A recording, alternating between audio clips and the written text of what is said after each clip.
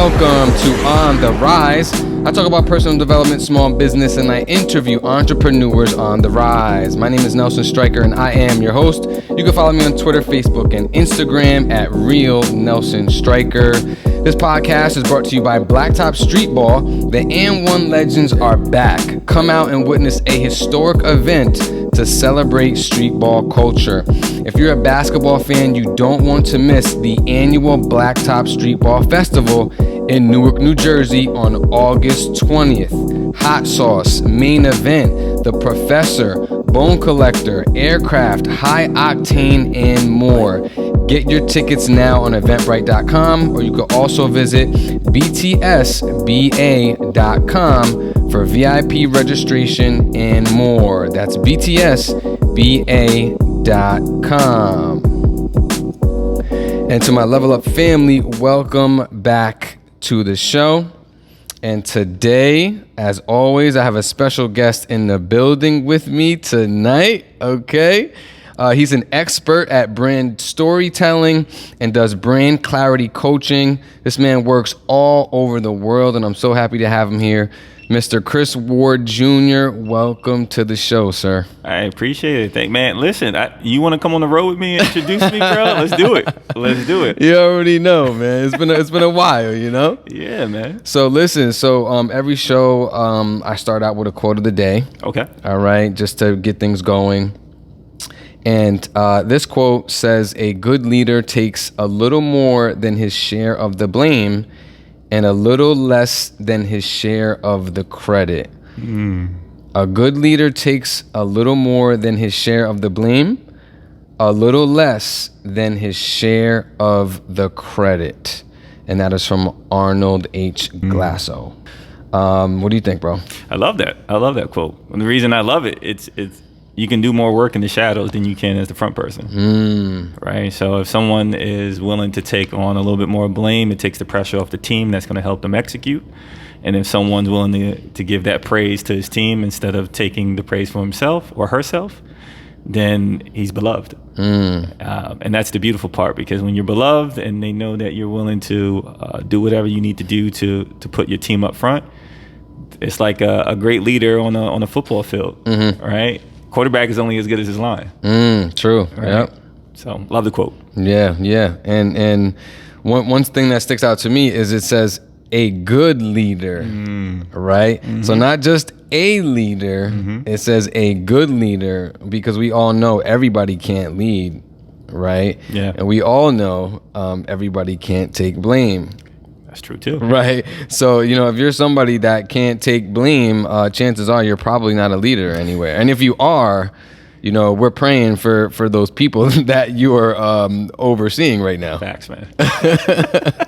They need help. You know what I'm saying? They need a lot of help, right? Yeah, and the thing is, even about our, generation now, I guess we could just jump into this, because I feel like leadership is lacking. Yeah. In our generation, and just where the country is right now. Like, as somebody that's working in leadership, you've obviously, worked and trained a lot of folks, especially in the business community. Sure. How do you see what's going on right now in leadership today? Like, what do you think is the main problem of why it's just so hard for people to lead today? That's a great question. I think it has a lot to do with people not knowing themselves. Right? I think right now we need people to reconnect and build rapport with themselves before they try to go lead others. And we're at a time right now where people desire human connection. And if you go online and you see what's on Instagram, you see what's on LinkedIn, it's all about me, how much attention and exposure I can get. Wow. So it gets really difficult to lead people when you want to be the star of the show. All the time. Wow. That's so key, man. That's so key. All right, folks. So look, that was our quote of the day. Look, we just got into the quote. We didn't really get into the interview yet. And my man is already dropping bombs right now. The level ups are just coming in right now. So get your, whether you're listening to this or you're watching this on YouTube, take notes now. Don't wait. Just take them now. You know what I'm saying? So look, for folks who don't know you, Who's Chris Ward Jr.? Well, honestly, Chris Ward, that's a great question. If you ask my wife, she would say, hopefully, a great husband. Yeah. If you ask my kids, hopefully, they would say a great dad, depending on if I let them play or not, right? But most importantly, I'm just a person that wants to help people stand out. I want to help people stand out, deliver, and connect. And that's important to me. As we talked about earlier, building rapport with yourself is one of the most important details that you can create and develop into your process, right? Right. And my mom said this quote, and it sticks with me, and it continues to stick with me, and that the greatest investment that you can ever make is in yourself. Amen. You know, find the people who are part of that project, which is you, and those stakeholders, see how they can help you win and how you can help them win. And once you find that out, you're going to go places. Amen. Amen. Okay. And as far as the, I guess, jumping into like the work related things, what got you into the line of work that you're in right now, as far as the brand stuff and the storytelling and just even the coaching, because obviously that's a big part of what you do too, people booking you to coach them to really understand what their business is, understand who they are themselves. Yeah. Right, kind of like what you were just talking about, because that's a strategy within itself, right? Sure. How are you going to really do well in the market when you don't really know who you are yet? Talk to him. Talk to him. You know what I'm saying? So how did you navigate into that area? It's a great question. I got fired. Oh, okay. Yeah, it happens. I got fired. I thought I was the top dog. Yeah. I got fired, man. You cut the cord. Yeah, I got fired. It'll be maybe my 3rd year anniversary of getting fired next week. I remember coming back from enjoying my birthday. And yeah, they fired me the week or the days after 3 days after my birthday. Wow. I was like, damn, that was cold. But oh yeah, hell yeah. Especially if they knew you, you know what I mean? Yeah, man. Like, I've been here for years, man. But yeah, I got fired. It was the greatest thing that ever happened to me. Greatest experience that ever happened to me. And some of you right now are listening, like, hold up, getting fired, the greatest experience or greatest thing that ever happened to me? Yeah, I want you to just think about this, right? Imagine going into a room, you see that face from your supervisor, and everybody knows that face. Like, either you're gonna have that talk that you gotta, shape up, or they letting you go. Yeah. It looked like the talk was all about letting me go, right? Yeah. So I went in there. I'm smiling. They don't know why I'm smiling, but I'm smiling. And they say, hey, listen, you've given us great 5 years. We're going in a different direction. I'm like, damn, are you breaking up with me? Right? Right? And so, yeah, they said, hey, we wanted to go different directions. And I thanked them. I smiled. And when they walked me back to my office, they said, hey, you got some time to pack your stuff? And bring that box. But one thing they did not know, I had already packed my box 2 weeks prior. Oh, that's special. 2 weeks prior, because someone told me this one time, and I took it to heart. Never mistake your calling for an assignment. Oh. Right? Never mistake your calling for an assignment. And that was an assignment. And the expiration date had came.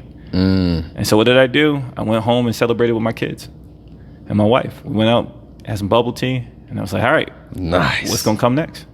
Right? Nice. Yeah, bubble tea sponsor, this is where you reach out to us right now so we can hook you up, right? Let them know. Right? Let us know. So I went there, and about a week and a half later, I found out that I was going to go to the Philippines to speak on leadership and speak about all the things I'm doing right now. Wow. And so that experience was the catalyst, was the push, right? Pushing through the conflict to let me know, hey, it's time. It's time to take all the basketball, because I heard you talking about basketball earlier, all the basketball stuff that you did when you were younger, teaching and still coaching, all the stuff you did in education, helping people find their story, helping people find their passion so they can complete their goals, and now you're going to create it the way that you're supposed to. And that's how it started. Awesome, man. Awesome. All right. So, what did you learn from the jobs that you had, or the past job that you had in being an employee versus a business owner now? Yeah. One of the most important details that I learned from my previous work as an employee was that positive disruption is very important. And if you don't know what positive disruption is, what it is when you go into a workplace and there's a certain type of culture there, and you go there and you actually change the culture positively, right? And I learned that every single job that I ever been to, there was some type of positive disruption. Now, was it always received positively? Probably not. But that's not the point. The point is influence, right? How do you leverage who you are in the workplace? And I took that with me as a business owner, and that changed my life. So what I started doing now is seeing how many people can I help develop that inside them, their truth, that signature truth that they have that will allow them to impact people's lives, but allow them to still be themselves. Because a lot of times as employees, we have to, the word I guess I'm looking for is assimilate. Like or conform, maybe. Yeah, like depending on the type of company. Sometimes it's company culture, but sometimes it's not even company culture. It's industry culture. True. Right. Yep. So we have to figure out what we want to be. But it's easier to just be yourself and still impact and influence people from your truth, and that's how it kind of started to transition into my business ownership. So I mean, what can we say to somebody right now in a job that, you know, they've always wanted to do like a side hustle, or they feel like, you know, they're not making enough money? You know, what message can we give that person stuck at that job who feels like there's no way out? Great. That's a great question. So the first thing you want to understand is this: our greatest pain becomes our strongest motivation. So you're going to start with you. What was your greatest pain? What motivated you to get out of it? And what was the outcome of it? Because your general knowledge is seen as expertise to someone else, and people pay for expertise. True. Right? So here's an example. Let's say you know how to cut up mangoes. And you might be thinking, man, everybody know how to cut up mangoes. But your style of cutting up mangoes allows for you to make the best drink in the world. So what you're going to do is you're going to start from the end. The end is the mangoes are chopped up into these squares so that when you drink the drink, you get the best balance with the flavoring. And then you're going to work backwards. All right, from the squares, what did I do next? From that, what did I do next? Until you get to the beginning. And then when you do that, you tell the story. You tell the story of why you're making the drink the way that you're making it. Right. And once that's done, people will resonate with that. And when they resonate, then you have to have a call to action. There we go. Call to action is very important, right? It's like going to a blind date, someone really liking you, and then you don't get the number or you don't go for the next date. It's like, what was the point? Yeah, right, exactly. It was a waste. So make sure once they hear the story and they know where you're taking them, you have a call to action. And that call to action might be, hey, join my email list. There we go, yeah. Right? Or it may be, follow me on Instagram, right? Whatever it is, it doesn't have to be complex. It just has to be as simple as possible. It's continuing the conversation. And what I like to call that is the kickback. Where do you want to take them on the kickback?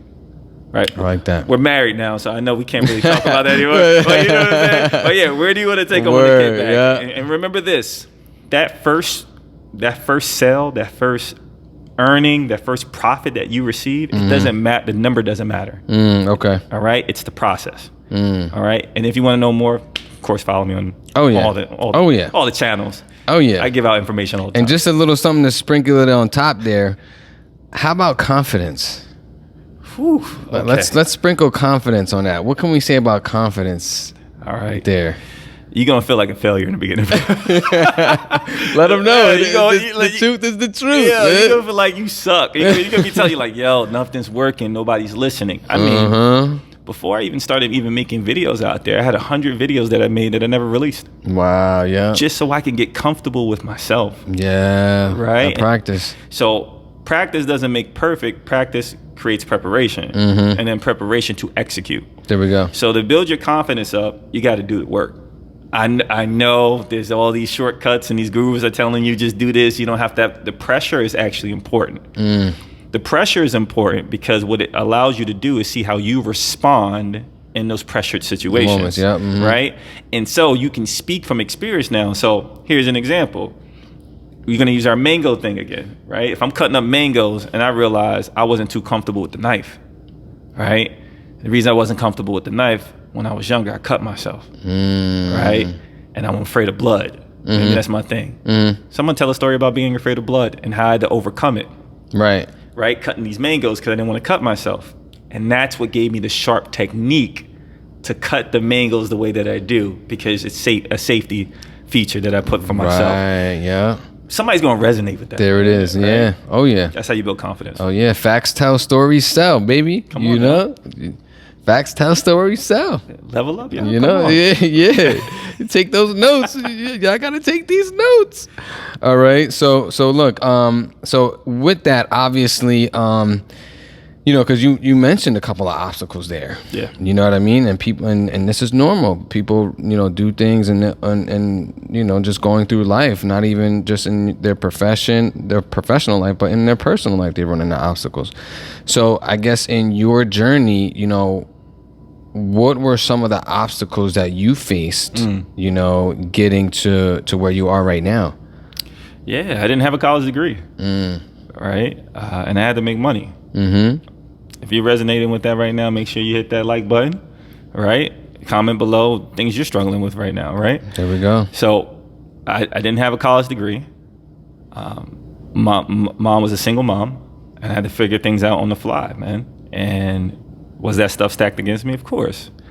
But I saw that as opportunity, right? So every obstacle is actually, the more obstacles that you are aware of, the more money you can actually make.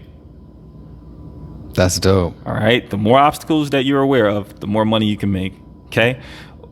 Before I got into what I'm doing now, I knew a lot of people couldn't dribble a basketball, especially with their offhand. So what did I do? I developed a technique where they can practice at home without me. And guess what? I became one of the most valuable people in their lives because now that obstacle that was in their way, I made it easier for them to accomplish and get to their goal.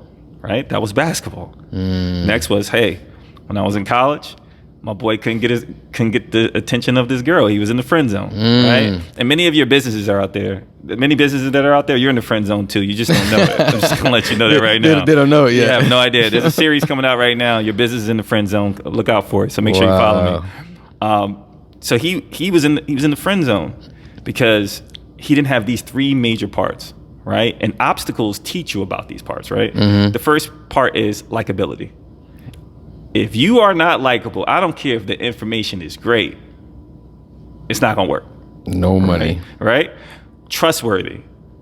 You can be likable, you can have this nice approach, but if I don't trust you, then I'm probably not trusting that you can get the results that I need.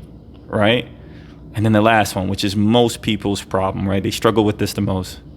They're not memorable. Right? Can I tell a quick story? We got time? Yeah, we got time. All right. Yo, shout out to my boy K. I ain't gonna say his name. We're gonna change his name to K. When I was in college, he liked this girl a lot, but he couldn't get out the friend zone. She told him about every guy she talked to. You know how it goes, right? Yeah, it was bad. It was bad, bro. So he came to me. He was like, "Jers," that's what they called me down there when I was before I dropped out of college. Jers, I don't know what to do. I said, here's what you're gonna do. You're gonna be yourself. You're this funny guy. Next time we go to the party, just be yourself. Allow her to see you being yourself with other people. What happened? She saw it, and people are laughing, and she's like, "Hold up, who is it? Like, that's not who I think it is." Yeah, that was Kay, right? And I said, "Kay, she's gonna get your attention, and then when we leave, you just give it, hey, good seeing you. I'll see you in class. Keep it light. Yeah. Keep it light." He did that. What did she do? You got it. She texted. Hey, I didn't really spend time with you at the party. Can we catch up? He got hyped. He's like, "Yo, I'm in." I said, "No, you're not. No, you're not. No, you're not." What happened next? I said, "Hey, listen, when you go to class, she's gonna ask to go to lunch. Once you go to lunch, you're gonna just be yourself. Don't ask her about her, how she was, and just be yourself. Be funny, crack jokes, keep it light." He did that. She said, "Hey, I want you to come to my apartment later." I said, "All right. You're going to hate me for this, but you got to do it." So Kay goes, "What?" She saw how much attention you were getting from all those people. She's seeing you in a different way. First, you were only trustworthy enough to be the friend. But now she's seeing you as likable because other people see you as likable. That's important, right? Just for your business, right? Same thing.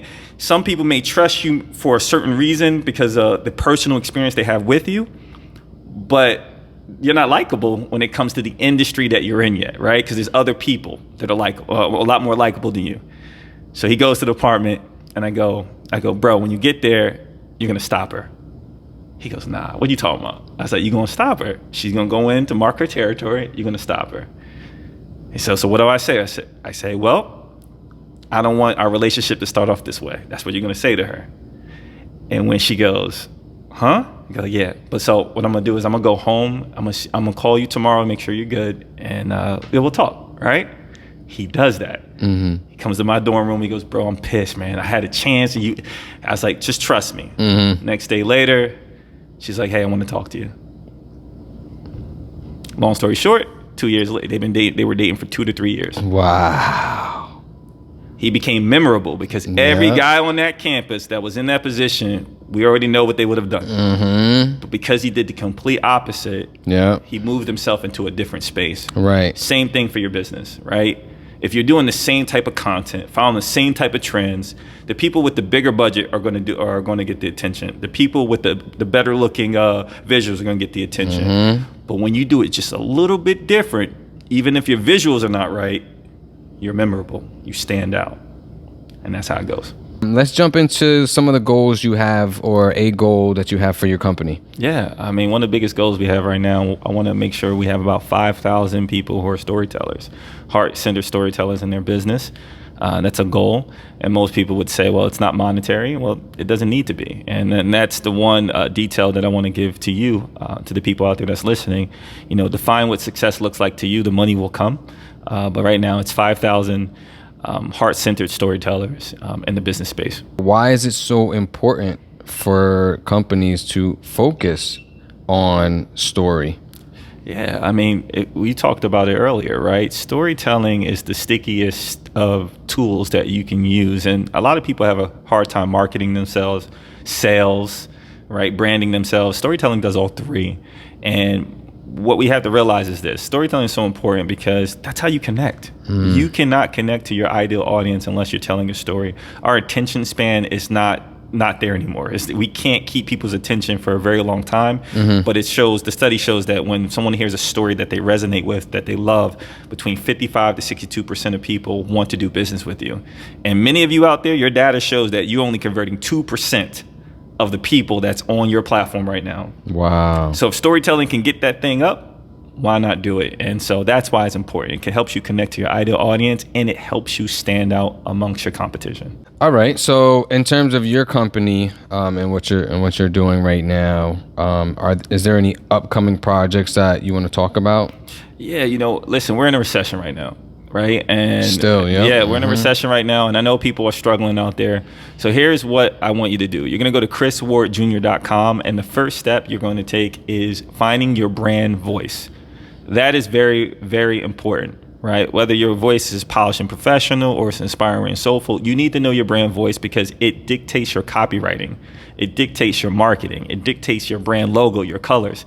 That voice is very, very important. And if you haven't done that and you're already marketing, you're burning dollars. You're burning dollars. So go to chriswardjr.com, take that test, that quiz. It's free. And if you want to further it, there's a strategy session that you could actually get involved with it once you find out what your voice is. So make sure you do that. So chriswardjr.com. Another detail I want you to get involved in is, if you follow me on social media at Chris Ward Jr., I answer specific questions for free. As long as I have the time, I'll answer it for free. So every week, I try to get to at least 10 to 20 questions from business owners. Oh, that's dope. And I try to answer it for them because we're in a recession. I get it, man. Like, I get it. So everybody's struggling, I want to help the community. So make sure you follow me there, and then chriswardjr.com. Awesome, man. Awesome. And that's going to be our show. To my Level Up family, thank you for watching. And to those of you on the podcast, thanks for listening to On the Rise. Let's thank our guest, Mr. Chris Ward Jr. All right, for coming out tonight. Subscribe, leave us a rating or a review so you don't miss any level ups from our shows. I'll see you guys next time. Hey, make sure you share this show, man. Come on, man.